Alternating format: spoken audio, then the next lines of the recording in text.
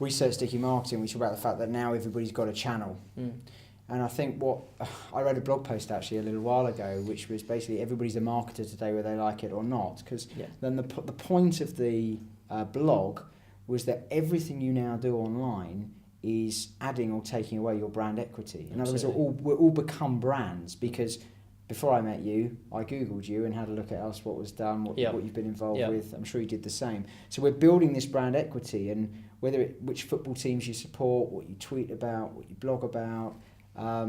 And I think it's too simplistic. People talk about, kids posting pictures of themselves online when they're drunk or whatever. Like, okay, we know that happens. But that's too simplistic. I think it's more subtle. I think, the tweets you choose, the people you start to follow, and I can see in your Twitter feed, all that builds or takes away from brand equity. And I wonder have you got any thoughts on the implications of that for sort of the way society's going, the way we're going?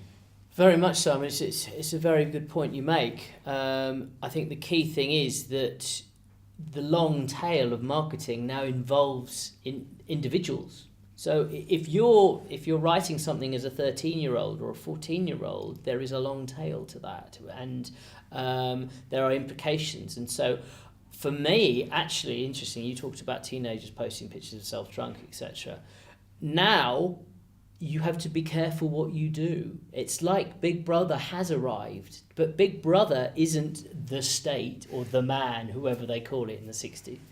The Big Brother is this amorphous online presence. And so you do have to be very, very careful about what you do, and the implications are quite serious and quite deep-seated. I think as a society, what do we communicate? How do we communicate?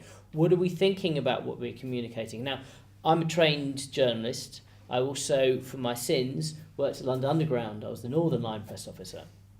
And I know that every time I spoke to a journalist, everything I said could end up in print somewhere. So I'm very careful, very, very careful about what I'm posting. But in terms of the brand equity, that's very another interesting thing, which my co-author Michelle Carville has a theory that CEOs will be chosen on the basis of how visible they are.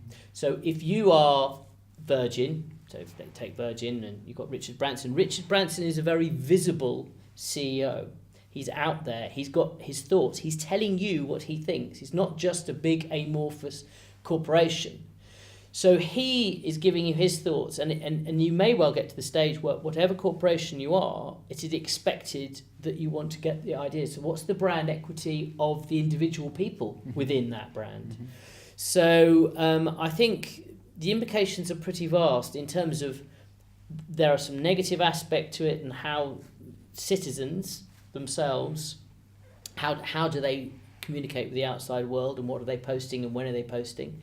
But at the same time, it's how individuals, certainly in terms of business, we can be building brand equity for ourselves online.